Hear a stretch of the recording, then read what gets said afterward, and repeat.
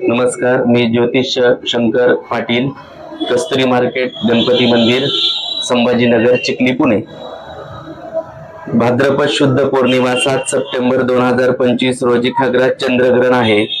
हे ग्रहण संपूर्ण भारतात दिसणार आहे, त्यामुळे हे ग्रहण संपूर्ण नेम पाळायचे आहेत।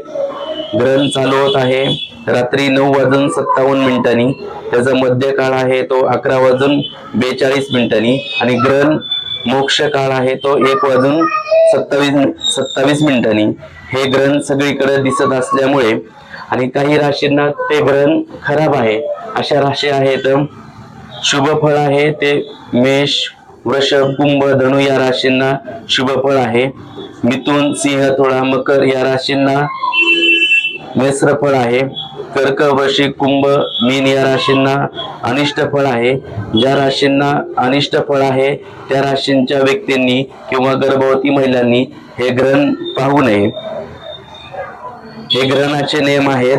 ग्रहणाच्या वेळेस महत्त्वाचे काम केल्यास प्रगती होत नाही। ग्रहणाच्या वेळेस गर्भवती महिलांनी विशेष काळजी घ्यावी। ग्रहणाच्या वेळेस अन्न शिजून खाऊ नये। ग्रहणाच्या वेळेस कुठलेही शुभ कार्य करू नये।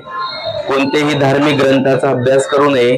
ग्रहणाच्या वेळेस शांतता राखणे खूप महत्त्वाचे आहे। ग्रहणाच्या वेळेस नदीजवळ किंवा मशानभूमीजवळ जाऊ नये। गरोदर महिलांनी बाहेर पडू नये, बाहेर जाण्याचे टाळावे। ग्रहणाच्या वेळेस झोपू नये किंवा कैची, सुरी अशा धार वस्तूंचा उपयोग करू नये।